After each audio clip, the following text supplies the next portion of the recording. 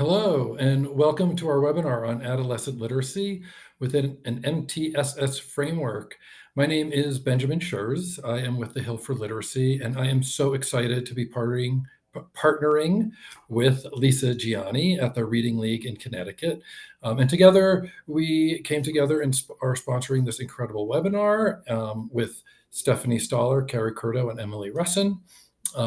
At the Hill for Literacy, right, we have been dedicated to supporting educators at all levels, from state departments of education, district leaders, building principals, and teachers for over 20 years. And we provide professional development to enhance the knowledge about the science of reading and what it takes to implement the systems and instructional techniques to bring the science of reading alive in every classroom. And we are here to make sure every child grows up to become a reader, and we feel like partnering with other organizations is a really powerful way to make that happen. So thanks for joining us today and registering for the webinar. Lisa, would you like to introduce yourself and our panelists? Sure. Thanks, Ben. Hello, everyone. Welcome to this afternoon's webinar. I'm Lisa Gianni, president of the Reading League chapter of Connecticut, and we're really excited to bring this event to you this afternoon. TRL Connecticut's mission mirrors that of our national organization, the Reading League, and that is to bring awareness, understanding, and use of evidence-aligned instruction for Connecticut teachers in reading and for students. And just a quick plug, we'd love for you to join our chapter. So do check us out at our website, ct.thereadingleague.org, and I'll share that at the end of our time today.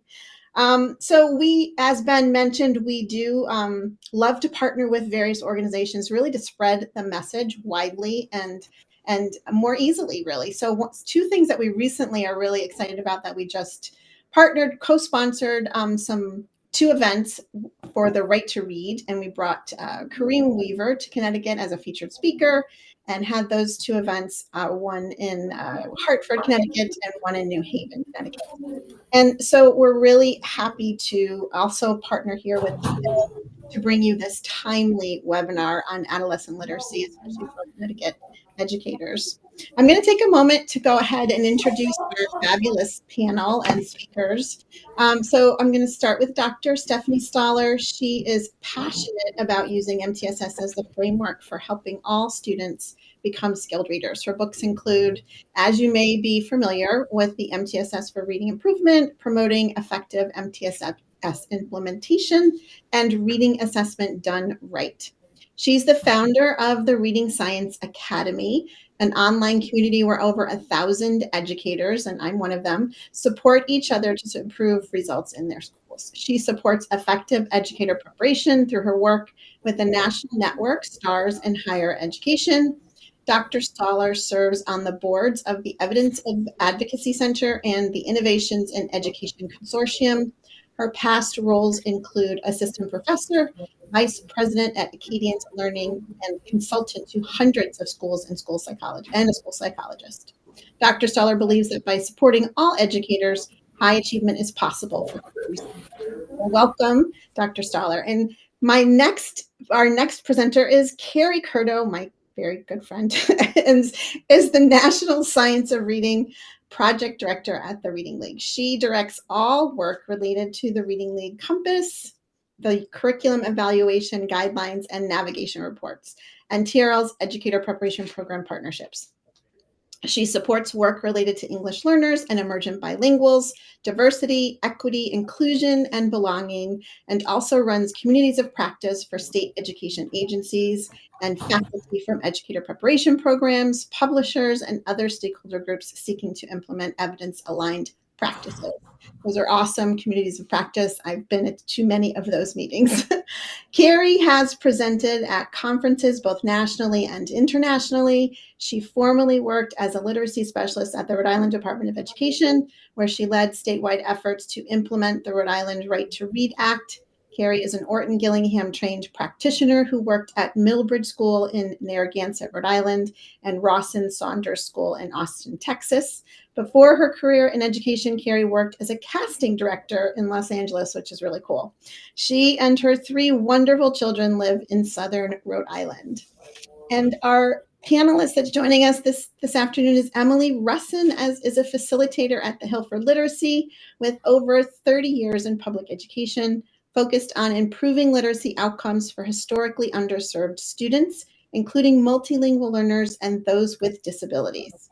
Her experience in classroom teaching, district leadership, and national professional development with a strong emphasis on adolescent literacy. Emily holds degrees from Gettysburg College and Harvard Graduate School of Education and specializes in translating research into practice through the science of reading, MTSS, and culturally and linguistically sustaining approach. Well, welcome, everybody. You're in for a treat. I'm going to turn it over to Jessica. Thank you so much to everyone behind the scenes who has made this webinar possible. It's an honor to be here with all of you. So I want to give just sort of a high-level overview of the framework that we call multi-tiered system of supports. This framework allows us to bring into schools what we know as the vast body of evidence called the science of reading. And MTSS goes beyond just reading and literacy. It includes all academic subjects and social, emotional, and behavioral support systems for students. But we're going to be focusing today on literacy in the secondary grades. So this framework is beyond just moving students between tiers within a three-tiered model. It is really centered on early action. So even when students are older, striving readers, we can take immediate and urgent action to make sure that they get the support and instruction that they need. Within this framework, you typically see some version of the tiered model. So this is the version that's in the book that Sarah Brown and I published recently with Solution Tree.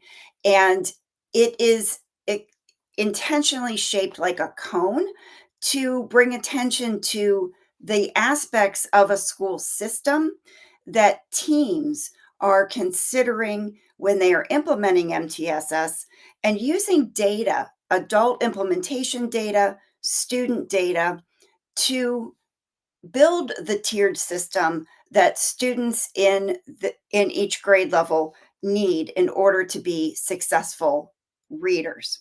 So at the base of that cone are what we call system levers for change. And so you'll see these 5 components. I'm going to walk through each one of these just briefly as a way of getting us all on the same page. What are we talking about when we say MTSS?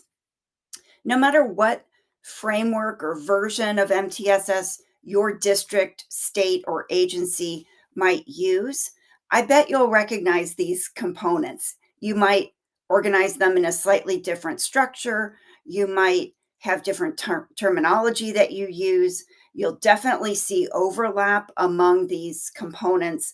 But these are really the variables that are at your disposal when you find that you need to make improvements to the literacy outcomes for the students you're serving. So I'm going to walk through each one of these just briefly and talk about sort of setting the stage for thinking about MTSS in the secondary grades. So I want to start with making sure that you have assessments available within your system and across the secondary grades. In MTSS, there are 4 key questions that we have to ask and answer, and we choose assessments to specifically answer one of these 4 questions. So you need to know which students and systems are in need of support, and for that question, you need to have screening assessments. You also need to know exactly what to teach next. So, screening by nature is brief. It's typically a set of indicators. It's not going to tell you exactly what to teach next, especially for older, struggling readers where we're screening most often on reading comprehension. We're going to have to follow up with this second purpose of assessment, answering the question exactly what to teach next. And we can't use screeners for that question. We have to use a different type of assessment diagnostic assessment, not for diagnosing anything other than pinpointing or targeting exactly where the root cause lies with that reading comprehension issue that we're seeing on the screening. And then the third question that we have to address is, in real time, is our instruction working? Should we be continuing that instructional support, that intervention, or should we make a change? That is a question that we need to use progress monitoring tools to answer. And then the fourth question is the one that secondary educators are most familiar with, because that's the outcome evaluation. That is the summative assessment, like the end of grade tests that many schools have, or the state level accountability assessments that you'll see in grade 3 and above. So at the secondary level, the implications and considerations that are specific to those grade levels include, perhaps you already know by the time students are in the secondary grades who is struggling. So it's not so much a question of assessing so that you find out who's at risk. The students are already having difficulty at these grade levels. But the considerations around assessment include, do you have those diagnostic tools to dig deeper and find out the root cause? What are you going to do when you find out the magnitude of the problem, the percentage of students who have difficulty in your school? And how are you going to intensify support when you find out that your current instructional systems are not sufficient? So, a second lever for change is this tiered model itself. So, the idea here is to build a seamless and integrated system of supports that all students can access without having to wait until they are struggling, that we can provide an integrated and aligned system of instruction and intervention that rests on very effective content area instruction across all subject areas, with additional supports, what we call tier 2 or tier 3 intervention, for students who need more and better instruction in order to catch up to our grade level expectations. It is our grade level standards that give us the outcomes and that goal of where we're going with all students. In Connecticut, in particular, there are quite a few students who are struggling on our national assessment. Connecticut is sadly not alone in this. So even if you haven't done universal screening in your middle and high schools, you can rest assured that you have a lot of students who are struggling with reading comprehension. So unpacking and getting underneath that is an important assessment task.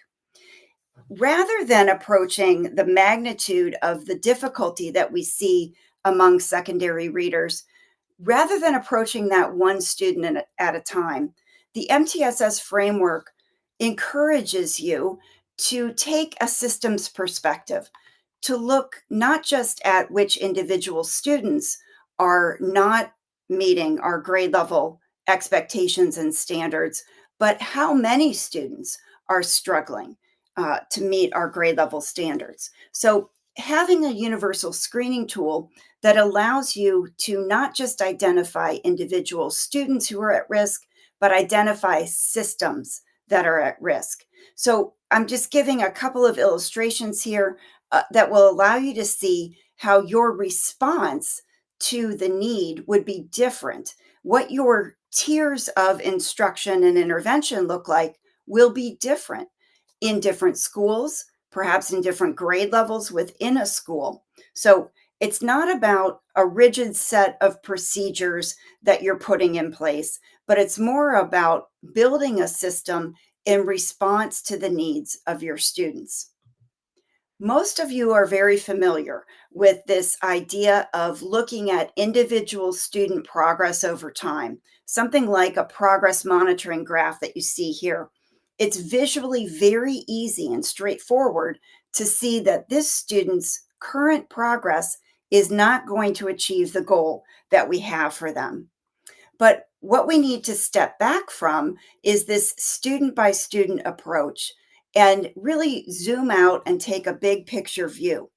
What if that individual student who's not making progress is the only student within their small group intervention who's not growing? Well, that's a very different situation.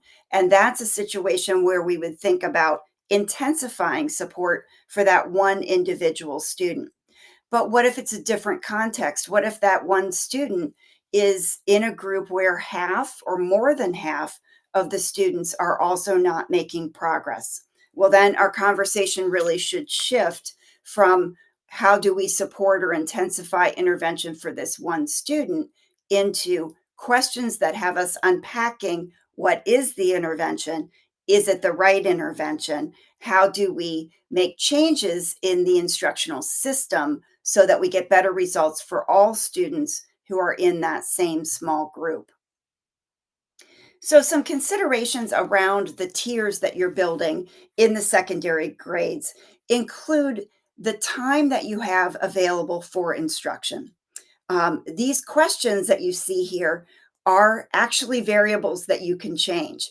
And when I talk about teams in just a minute, that will give you the sense of the forum in which you have these conversations.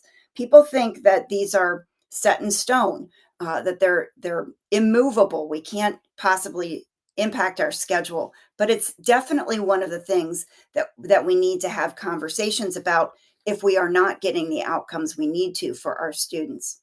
So, time for instruction, time for intervention, time for those team planning conversations. And we also need to be thinking about the amount of time and the way that we will be grouping students for that instruction. The third variable within MTSS or component that we can consider for change is the actual teaming structures that we put in place.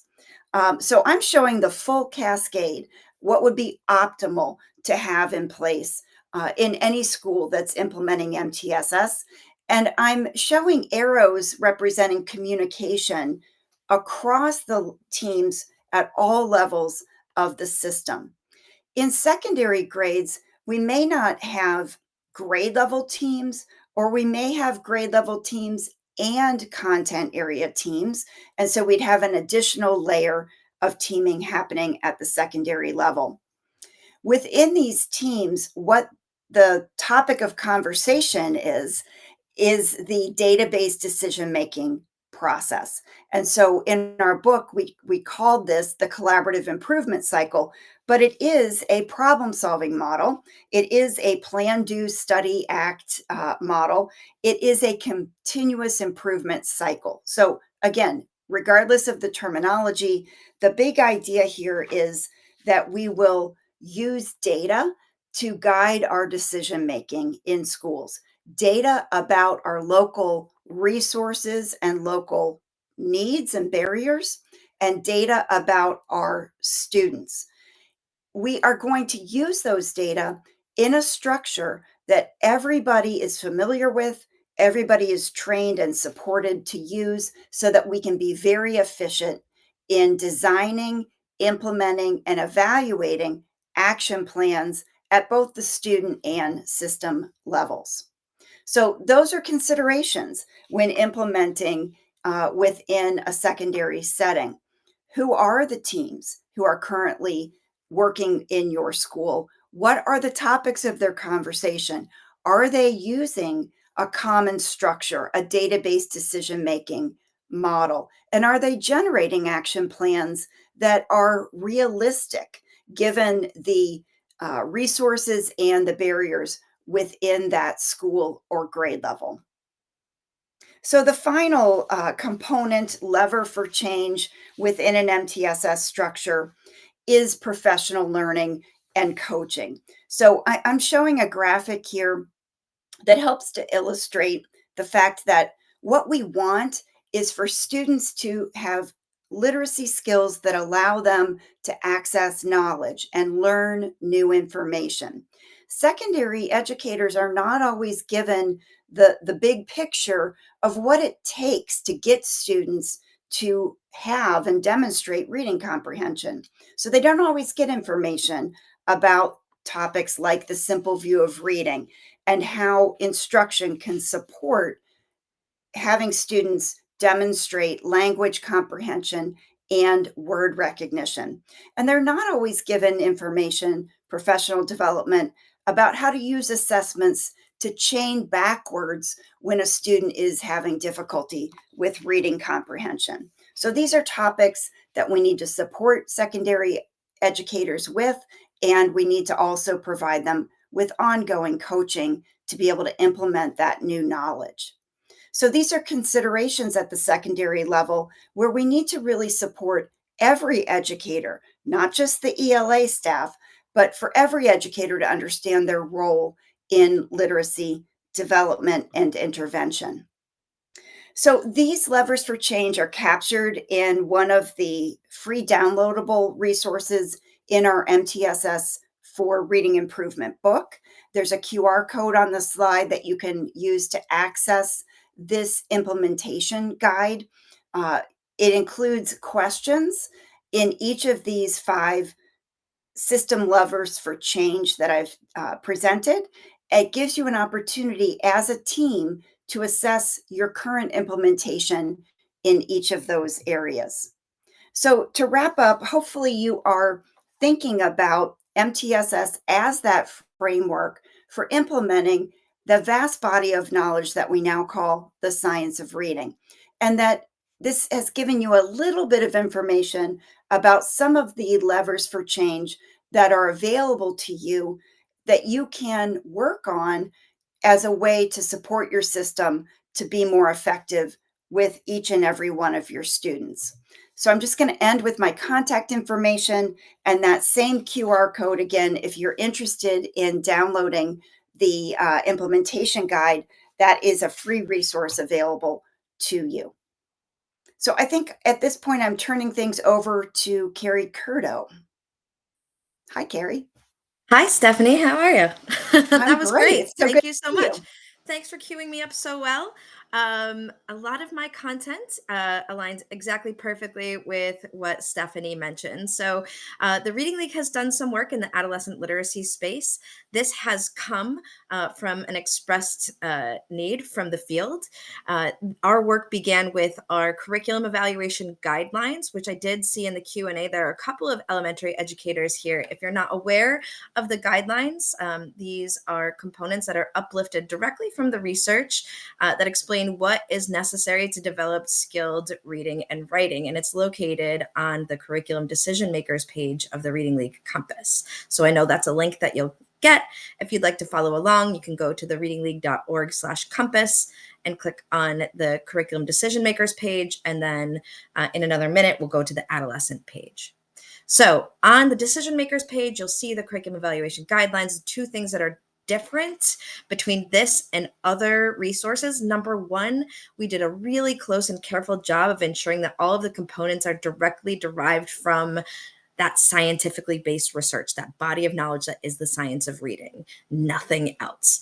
The other thing is that the guidelines are posed first and foremost as looking through for red flags. Those are the practices that are inadvertently going to waste time and potentially leave students behind. So we uplift those out of these large curricula. So this has been a really useful resource. It's led to the development of our curriculum navigation reports. And our number one question was, when are you going to do something that's going to help us similarly with our adolescent learners? So if you go to the adolescent literacy page of the Reading League Compass, you'll find lots of resources to support these students. One resource that I am going to uplift with my time here today is the Adolescent Reading Intervention Evaluation Guidelines. It's a very long title, but you'll notice that it's one of those subtitles on the side of the Reading League Compass adolescent page. And this is going to be your homework, is to look at this resource and read through it and learn from it. I'm going to uplift about 3 or 4 things from the guidelines, but you'll also be getting a longer PDF from me that has additional resources beyond what I'll be presenting today. So this is teeny tiny, sorry. Oops, go back to that previous slide. On the intervention evaluation guidelines, one of the most important things, I believe, comes from Dr. Sharon Vaughn, and I'm going to see if I can read it. It's so small on my screen. I'm sorry, pardon my squinting, but intervention programs alone cannot remedy reading problems for older students. A school-wide systems approach, including all content area teachers as literacy teachers, is essential, basically, is what it's saying. And I think that is the key importance, right? When I was at the Rhode Island Department of Education formulating guidance for middle and high school teachers, I was next to the cube of a science specialist, and he was like, well, my science teachers don't want to be literacy teachers. And that is definitely something to consider, right? However, how are they going to access the content if they cannot read or write about it? So this has to be a school-wide approach. So that's one of the things I really want to carry forth from this presentation. The other thing is in direct alignment with what Stephanie said. In our K-5 curriculum evaluation guidelines, the assessment section is last. In our intervention evaluation guidelines, the assessment section is first because we need to know the needs of these students. They have no time to waste. And so in the IEGs, you'll see this flow chart for decision making to understand where your students are and what they need. I also want to uplift that in the IEGs, there are many things that are the same as we have in the K-5 curriculum evaluation guidelines, right? We still need to build all of those subcomponents of literacy, but there are also some things that are different for our older students. The role of engagement and motivation is stronger for these older students. Many of them have been frustrated with school, and so we do need to keep them motivated and engaged. We want to give them stretch texts, and there are other components, if you read through, that are just a little different from the research of how to support adolescent learners.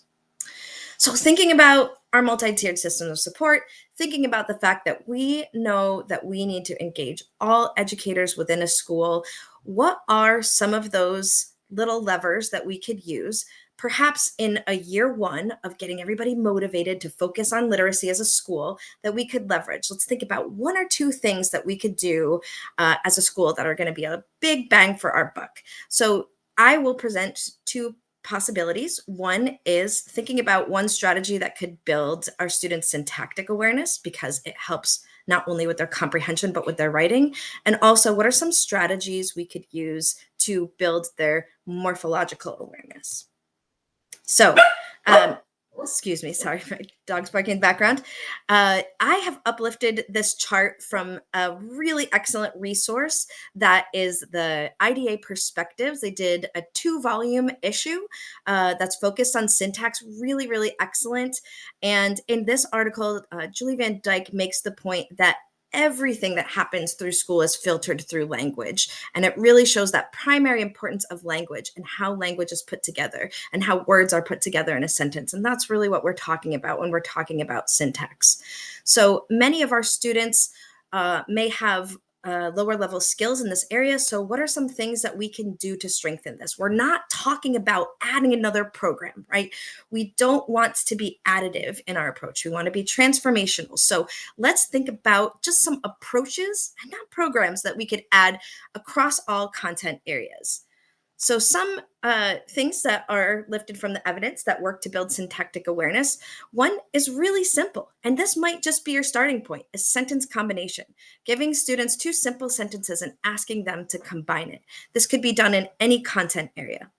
Another really great high leverage strategy is sentence expansion. You start with a kernel sentence and you ask your students to build upon it. We can also give them a complex text and ask them to break that text down into simple phrases. We could use something like cards to give to students and have them build their own sentences in a content area. And there's also some great evidence-aligned ways of building syntactic awareness that are evident in the Hockman method, which is the primary method used in the writing revolution. So you can access that longer PDF for more examples and resources in that area. The second area that I would recommend leaning into in your school is morphology. Morphology has really, really widespread positive attributes. It builds language when you expose students to the meaning of prefixes, of Latin base elements, of Greek combining forms. It really helps them to access those high leverage words. This chart shows just how many words there are with Latin bases in our content areas. This is from a paper from Holly Lane, and it is linked in the syntax section of the adolescent page of the Reading League Compass. And morphology has huge benefits also on decoding and encoding. It really demystifies the structure of the English language for our students when we help them break words down morphologically. One great way of introducing this is using morpheme matrix. So this example comes from a blog from Tim Shanahan, but there's lots of other resources on the Reading League Compass, both on the educator and specialist page and on the adolescent literacy page. As you can see, we have our base element in the middle, we have a prefix, and we have several suffixes. So you could give students these matrices and have them build words or have them build some word sums. There's also other games you can play, such as What's in the Family, that you can begin with these lower level words and you say, all right, my base word is hop. Which of these other words are related to hop? Is hopping related to hop? Does it have the same meaning? And is it the same base? Yes. Is hope related to hop? No, it's not. This is a different word with a different meaning. So you could start out here and then go on to higher level words with Latin bases, as you saw in Holly Lane's paper. And that's what I have for you.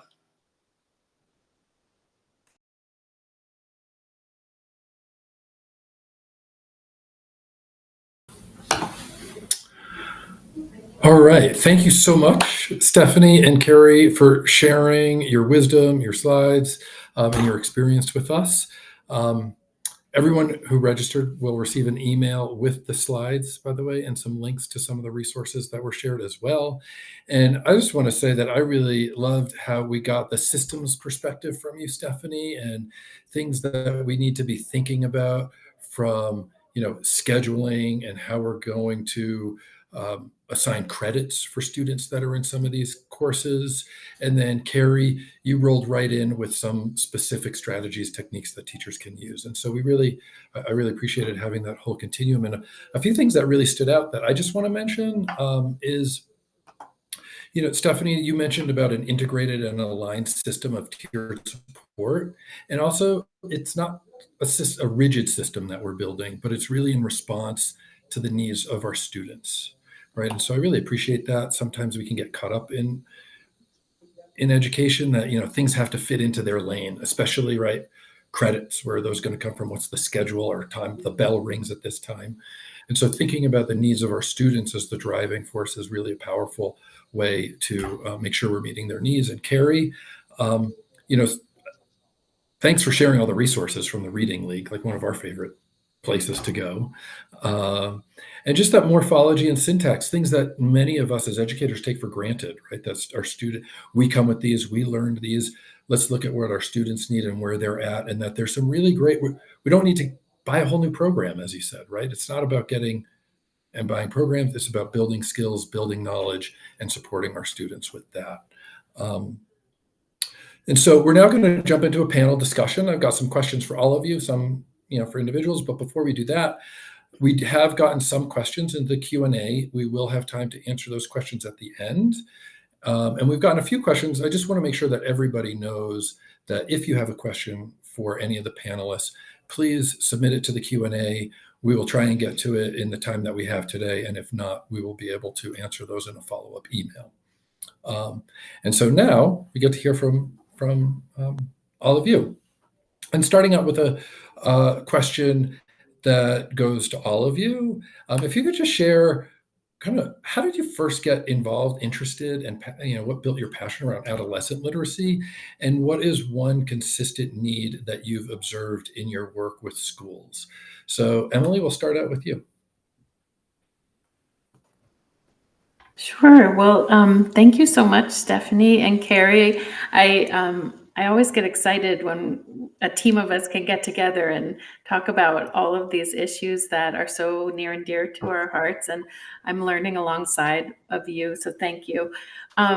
So I guess, I started my career in teaching fourth grade in Baltimore almost 30 years ago. And I very quickly learned that many of my students were still learning to read, and that led me to getting my reading specialist license and master's, which expanded the grades I could teach. K to 12 was my license. And I moved to Washington State, a very different demographic. I worked in a middle school near the Lummi Tribe Reservation in Washington State. Um, and I was assigned to work with students who were still struggling with their reading in middle school, teaching ELA, social studies.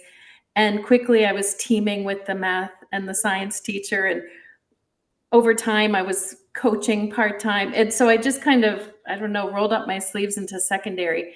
And then over time, I had more experience also in elementary, but I guess if I really think about it, I was working in early elementary because I wanted to be preventative to this work that I had seen as a need in middle school and high school. And I remember I went to a talk, there was a public talk with Dr. Catherine Snow, and it's esteemed researcher. And I remember afterwards I asked her, do you mean that even if we get everything in place to help students read by grade 3, that there's still work to do? And essentially she said, yes. And, there's been policy work and research work since then, all pointing in that direction, that there continues to be an urgent need in adolescent literacy. And that just resonated for me for the work that I had witnessed and been a part of.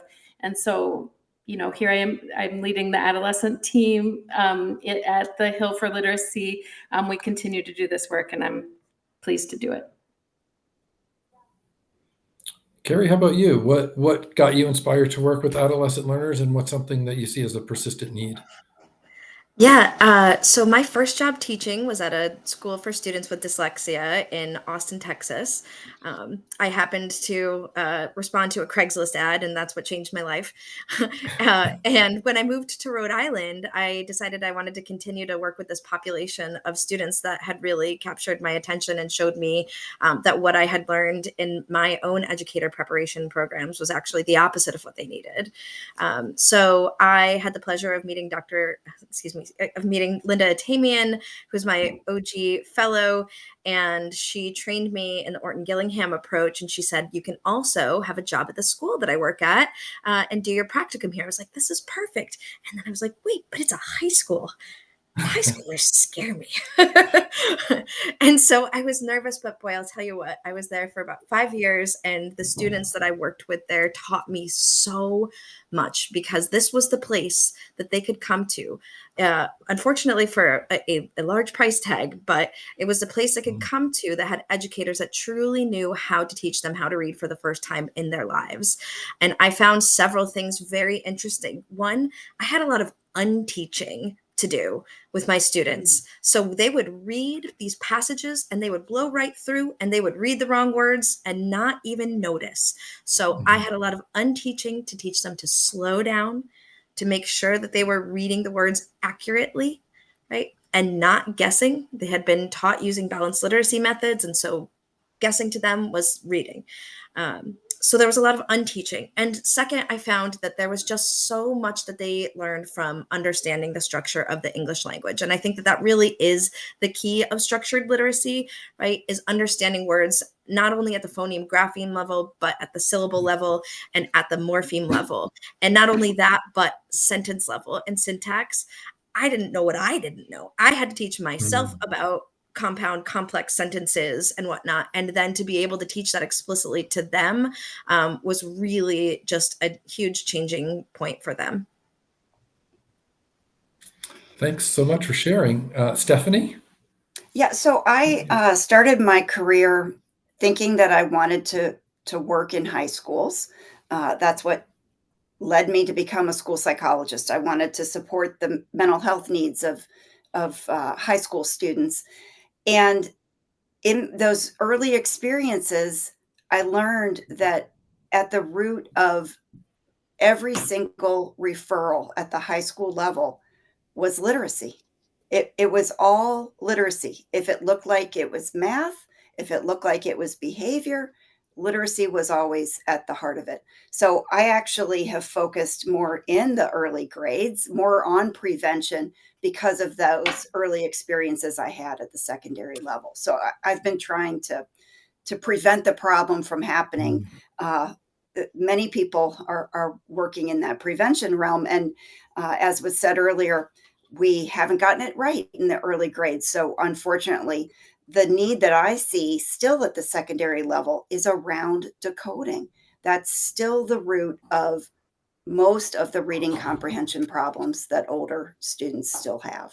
So we haven't gotten it fixed yet, but we're still trying.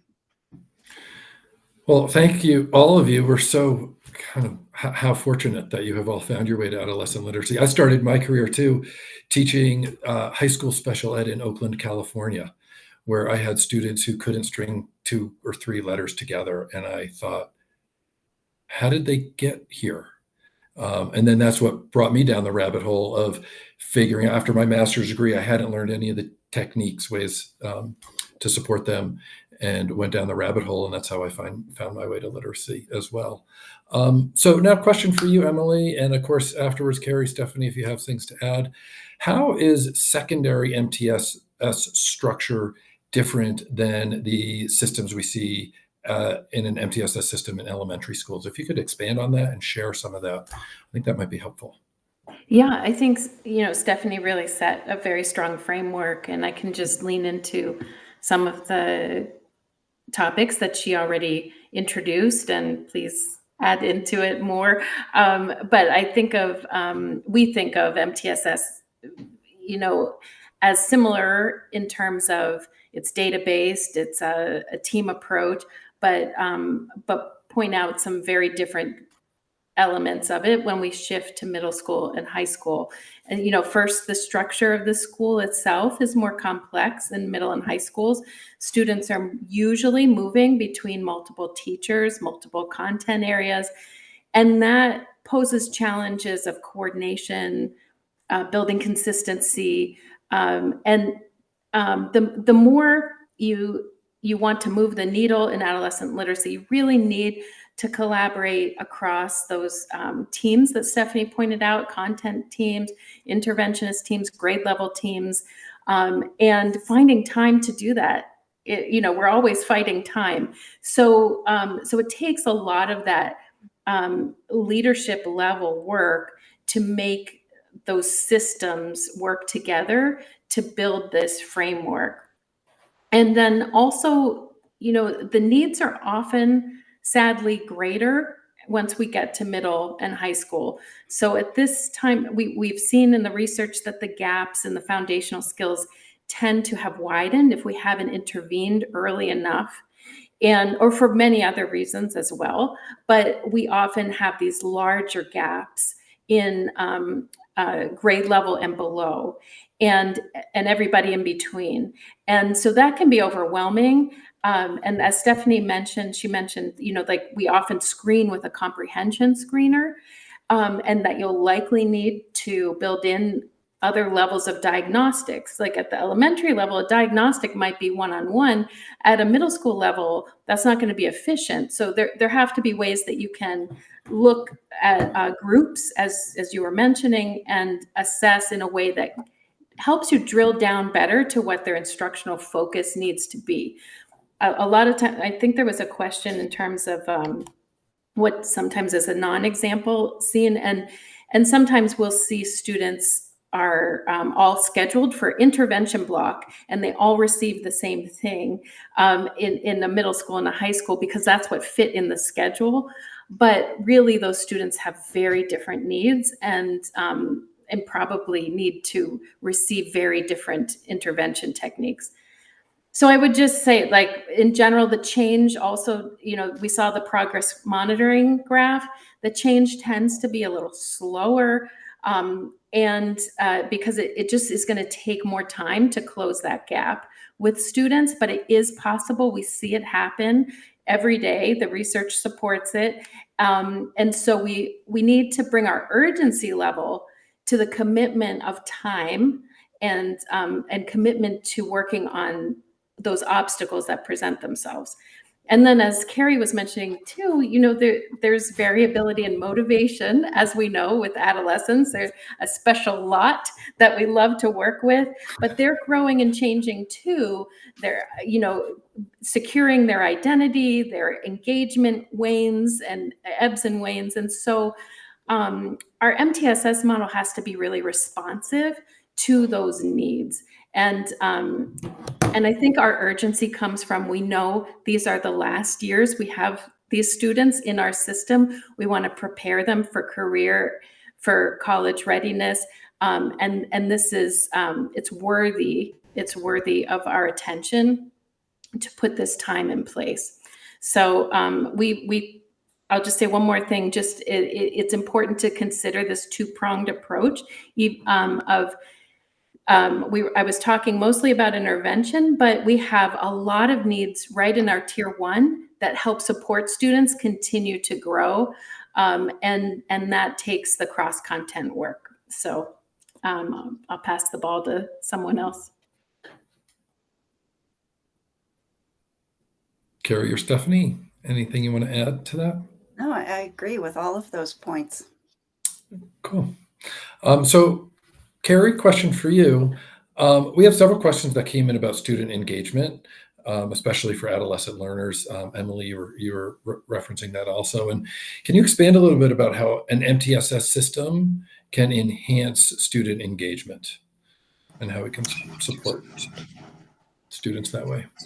I guess my first wondering would be, is there anything less engaging than not being able to read or write when you're in a school, right?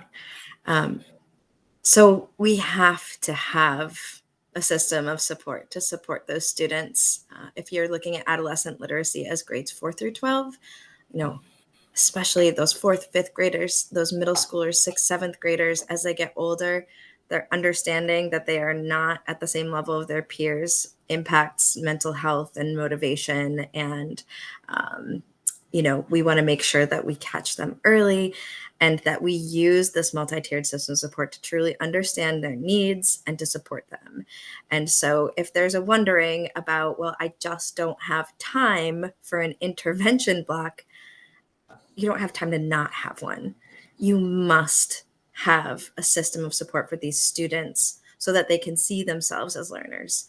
I remember teaching some of my high school students, and I would teach them to write in cursive, and I would teach them how to write a great sentence in addition to reading. And those moments where they looked down at their work and just said, I didn't know that I could do that. There's nothing like it. So you need to understand student needs and respond to it. In addition, let's make sure that those cell phones are put away, right? This doesn't have to do with literacy, but technology. It is such an addiction. I have a 13-year-old myself who is in middle school, and I know that a lot of schools are finding success with those cell phone banning policies, and also thinking about the materials and the research on student motivation, and do they provide windows and doors? Are they culturally and linguistically affirming materials that bring them in? We know that there's a lot of materials to support our struggling readers. They don't want to be handed worksheets. We have research to show that worksheets and, books that they look at as sort of baby books are not going to be exciting for them. So let's think about if they need decodable text. There's a lot of great decodable texts that are targeted for older students that are much more engaging, that will help with buy-in. Awesome. Stephanie, or Emily, anything to add to that?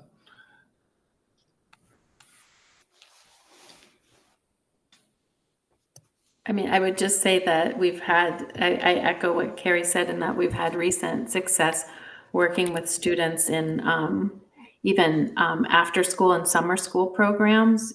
And when they see the texts, Carrie, that you mentioned that are not baby books, but books that are engaging for them on topics, students who look like friends of theirs, they immediately connect, and we saw high engagement.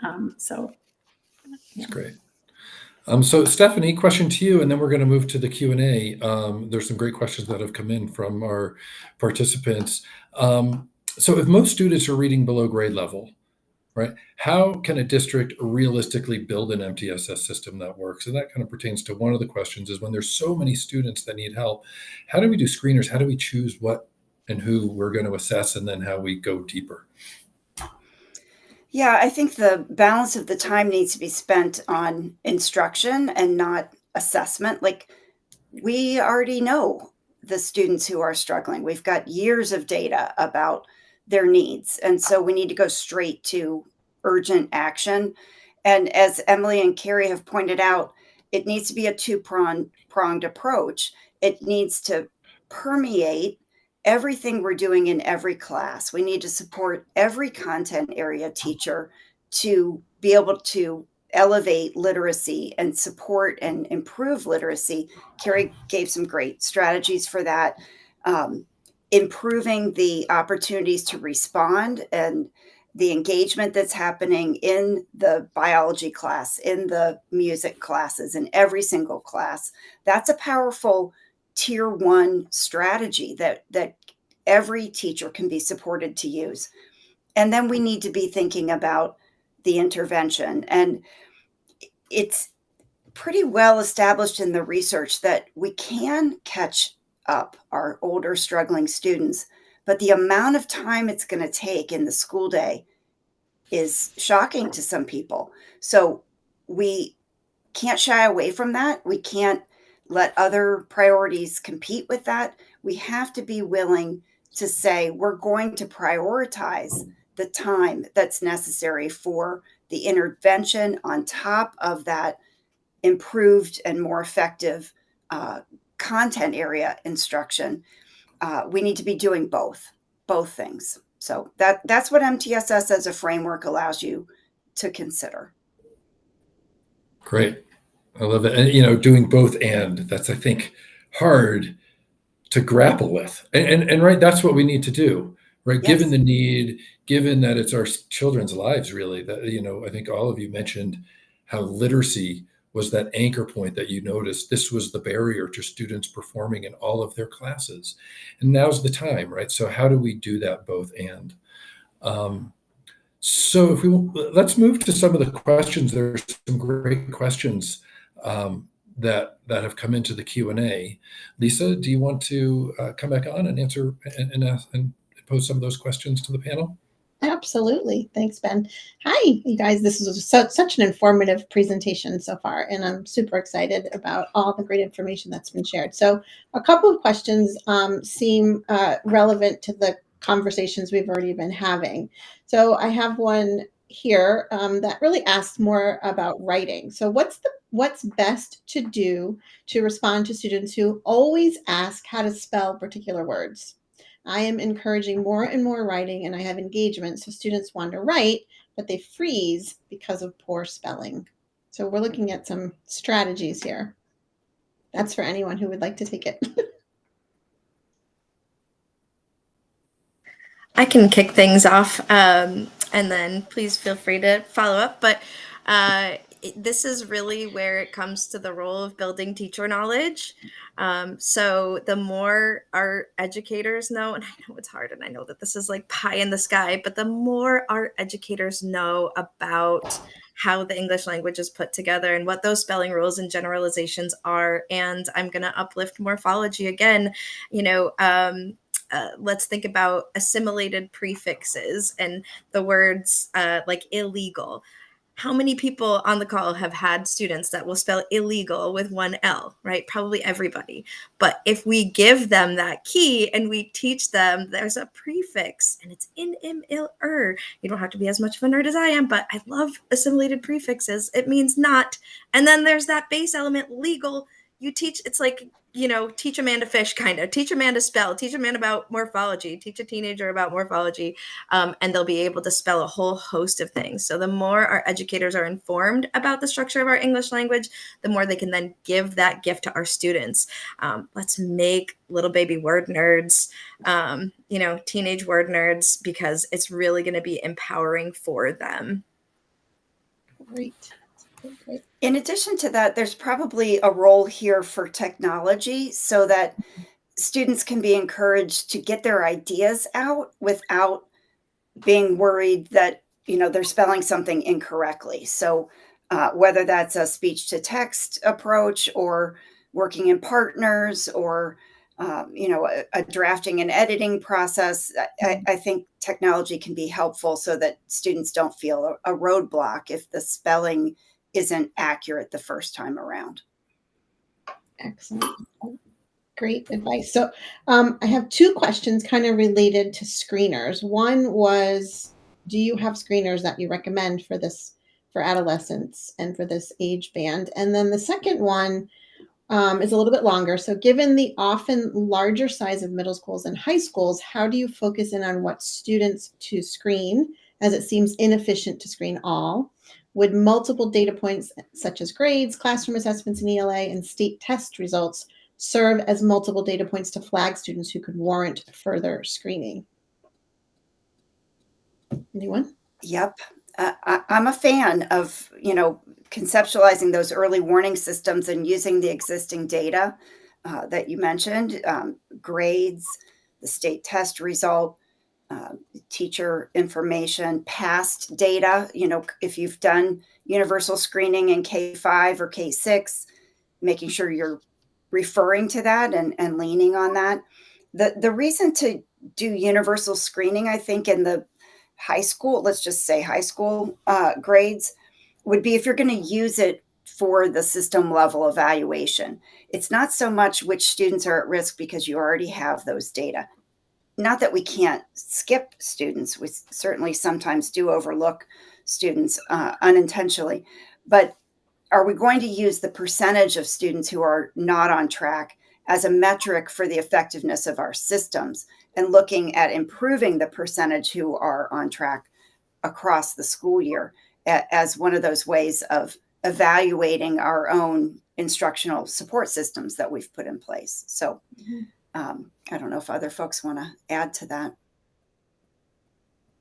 I mean, I think a lot of districts we work with end up choosing just what you mentioned in terms of their screener. That is, they use the existing data where all students have been tested as their first gate, Yeah. and then depending on the district data,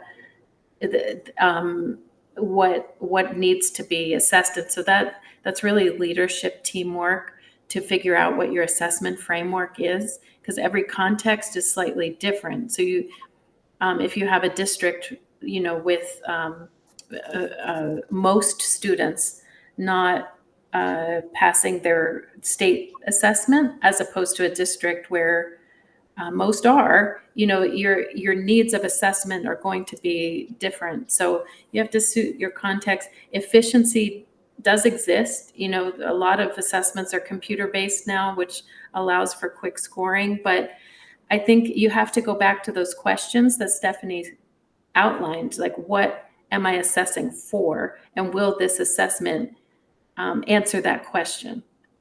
Mm-hmm. That's great. Carrie, this one's for you. I loved the slide you shared when talking about morphology with related words, and we have a couple more questions on morphology. Is that something you made, or is it a resource we could access? The list of words is from a paper from Dr. Holly Lane, and if you get the longer slide deck PDF, you'll see the title of that. I also have it hyperlinked on Compass. It is something you have to pay for, but if you email it to me, I've previously gotten permission from Holly to share it with others. Great. And then on that topic of morphology, technology corrects written language. How do you encourage students to study morphology if technology is giving the answer? I think that goes back to what Stephanie mentioned. If you are asking students to exhibit their knowledge on a topic and a content, right, that's when the role of assistive technology can be really useful. If your goal in that moment is to support students spelling, then take that moment and explain how these morphemes go together to create that word. And it may seem like a low level activity, right? But this is one of those things. It improves the lexical quality of the word when we're reading. So it really is going to have a huge benefit to take a moment and to talk about that and to really explain to the students how those words go together so that they can continue to read and spell those words correctly, in high school and beyond. Yeah, great. And I see one more question. Yeah. The syntax, the IDA Yes. perspectives, Yes. it's the International Dyslexia Association, IDA, their perspectives from last year, 2025, the winter and spring issues, I believe, issues 1 and 2 on syntax. So good. And in, again, my longer PDF that you'll get of the slides, I have a QR code directly to those issues. Let's see. I think there might be, let's see if there's any more. Hold on. Oh, there's a lot. This one speaks to mindset. It's getting a little bit away from instruction and more about helping students in terms of their perception. So how do you change the mindset of students that already have an extremely negative concept about themselves as readers? Give them a success experience. Like successfully teach them at their level so that they understand and experience that they can make progress, they can improve. It's sad to me that so many in secondary settings have given up. They don't think it's possible. The adults have given up. And because the adults convey that they have given up, their behaviors indicate that they've given up on students, then that's what the students experience and feel. And it's just not it's not necessary that's the case. I'm really inspired by people who are turning things around, educators who are committing to turning things around for older students. And so I think what I hear from them is that once they teach in a way that allows the student to be successful, that's an experience they perhaps haven't had in a very long time, especially in the area of literacy, that lights something up in those students that is very powerful to keep them engaged and motivated to continue the hard work that's in front of them. I agree. And I'll give one specific example. My secret weapon was the semicolon. I taught my students how to use a semicolon, and they felt so successful because their parents didn't even know what this thing was. But teaching them something where they feel smart, they know they're doing something well. I would only let them text me if they used a complex sentence with a conjunctive adverb. And they felt successful, and that was motivating them to continue on. Yeah. Love it. Yeah, I'll just add, I agree with everything that's been said for sure. When students have the skills and see success, they start to believe more in themselves. And it is an enormous challenge that we face in middle and high schools. At this point, students very well have shaped their reading identity, and they have had intervention or had other teachers attempt to get them where they need to be, and it has not worked. And there's nothing really, it's very difficult to break that barrier down. So we know that building relationships is important and building that trust and that's what allows students to engage in our lessons and see success when we have explicit research-based instruction in place. And then I think what we're saying here is the critical thinking. So as Carrie's mentioning, the semicolon or whatever it is, in that tier 1 instruction, we are critically thinking, we are in complex text, we are engaged, and every voice matters. And I think students need to know that their voice matters, and that their thinking is helping us all shape what we understand.